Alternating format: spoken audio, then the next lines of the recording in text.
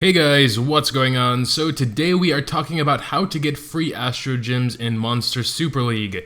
I'm going to be sharing a very special method at the end of the video. For now, we're just going to go over the general methods, maybe some of which you haven't really considered, but yeah, let's get into it. So first of all, we have quests. These are rather obvious. Here are 10 you can get every single day just by doing the Starstone and the Elemental Dungeon. You can get 60 every week just from completing these 5 easy quests, another 100 every month just by doing your daily quests, and then several randomly throughout challenges and capture. So I'm not going to go through all of them. Obviously, you get gems for capturing the special monsters, Miho, and variants, and the like. So you can get tons just from doing quests. Next, we'll move on to the Astro Guide. Obviously, completing this stuff will get you the most, since these in here are a bit harder to get. All these you can just farm from the normal maps. Of course, the legendary ones are going to be harder to get. These are the only 2 I'm missing right now. And the main reason why I don't have these is because I have to farm on hard mode, and I don't really want to farm on hard mode because you get weaker gems, you get not as much gold or experience. But I'll get around to those eventually, because you'll get 160 gems. And of course, some are easier. Every single place has its own collection here. Most of these guys are very easy to get. Just the last one is considered a rare for the stage, and they don't show up that often, but much more often than the super rares or the legendaries. So most of these should be easy to complete, giving you a nice chunk of gems at the end there. And of course, over on this page, every time you get a new monster, you get some gems. I can't really show you because I don't have any new ones, but the higher star rating they are, so the natural star, what they're born with, the more gems you'll get when you first get them and when you evo them up. So for 1-star monsters, it's only like 5, 5, 10, or maybe 5, 10, 20 or something like that.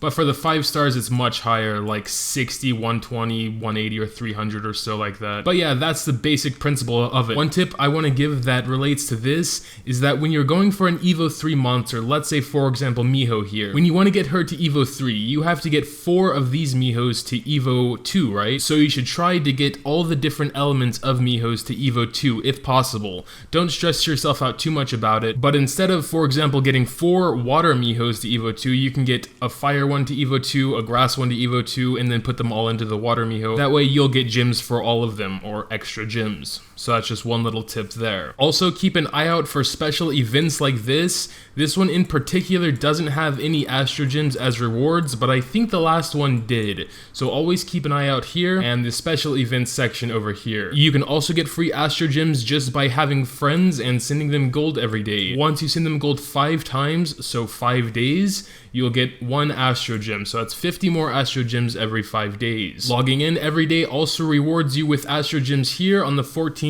day. I'm not sure if this eventually changes to be something else, maybe in next month, maybe they'll change it up, I don't know, but at least this month, 50 Astrogems. Every week you get Astrogems from the Astromon League, so make sure when this says like 1 day left or so odd hours left, you really try and push your rank up to get those extra gems. I'm personally trying to lose, try and stay down, so I have easy matches here. Sometimes there are people doing the same thing, and that's just for the sake of getting these points. So I'm not trying to push 5 days before the league ends. I'll do that like 1 day before it ends. You will also get 100 Astrogems by completing the 40th floor of Tower of Chaos. That's pretty difficult, but they're there anyway, and totally free. You also get a lot of gems just by going through your missions here. I can't really show you that because I've completed all of mine, but that is another method to get free Astrogems. There's also a little dude named Nez that sometimes appears on your airship every several hours. He will have a big exclamation point above him, so you shouldn't be able to miss him. Sometimes he's behind the airship, so you have to spin it around a little bit, but he'll give you 3 gems, and also I believe he is a challenge, but I believe that just gives you gold. So that is about it for the normal methods. If I do think of another one, or if I notice that I missed one, I'll leave a comment down below or in the description telling of it. But we're going to move on to the special method that I talked about in the beginning of this video. You may know of it, you may not. I just recently heard about it and I thought it was excellent, so I'm going to share it with you guys here today. So the process is a little bit complicated and will cost quite a bit of gold, but I think it's worth it if you want to get more Astrogems. So I can't really show you as I go along with it. I can only explain because I'm not in the process of doing it myself, but I have some example Astromons to show you what I'm talking about. So when you're playing normally, you will eventually come across variants. I have 2 sparkler variants here, for example, right? When you notice that you have several variants of the same Astromon, you can actually get a ton of gems from them. And so I'm going to try and break down this process sort of step by step, and it all should be clear at the end. So step 1 is looking at your monsters, seeing if you have a couple of variants that are the same. These two, for example, this is increase HP by 10%. This guy is increase HP by 10% plus 4%. So it's very important that they are different. The next step is farming 16 of these guys. They don't need to be variants. They can be like this guy here. He's just a normal one. The next step is to get him to Evo 2. Once you get one of them to Evo 2, exit out of here, go to your quest, go to challenges, and you will have completed a challenge. Get an Astromon to Evo 2. That's worth 10 gems, as shown right here. Every time you evolve an Astromon, you should exit whatever you're doing and grab the reward, because these reset every time you claim it, but not until you claim it.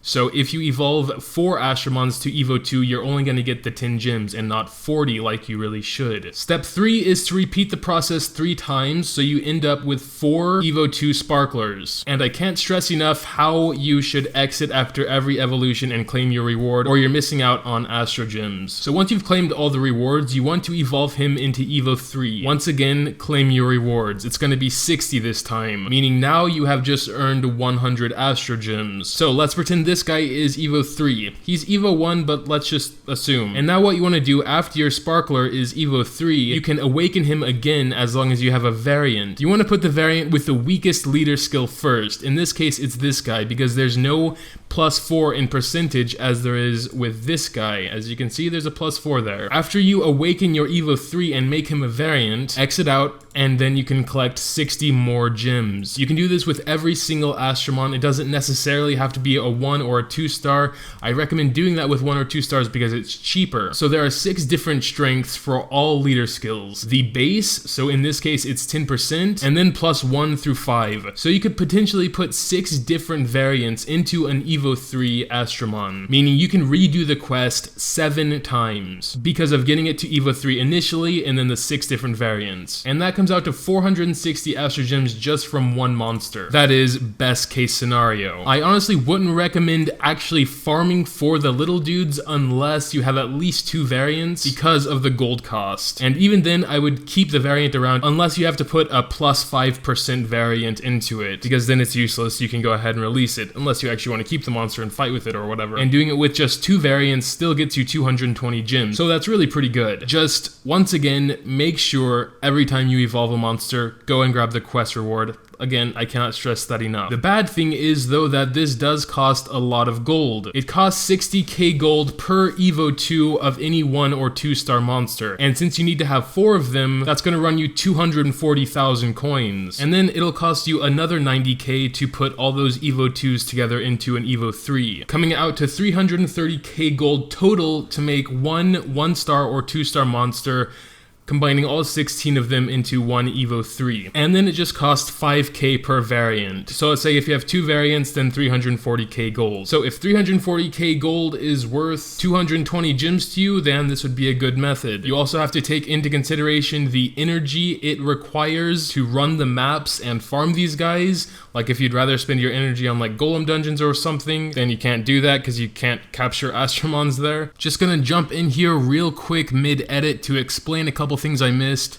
First, while doing this method, never evolve using the variant Astromons. Always wait to use them until the non-variant version is Evo 3.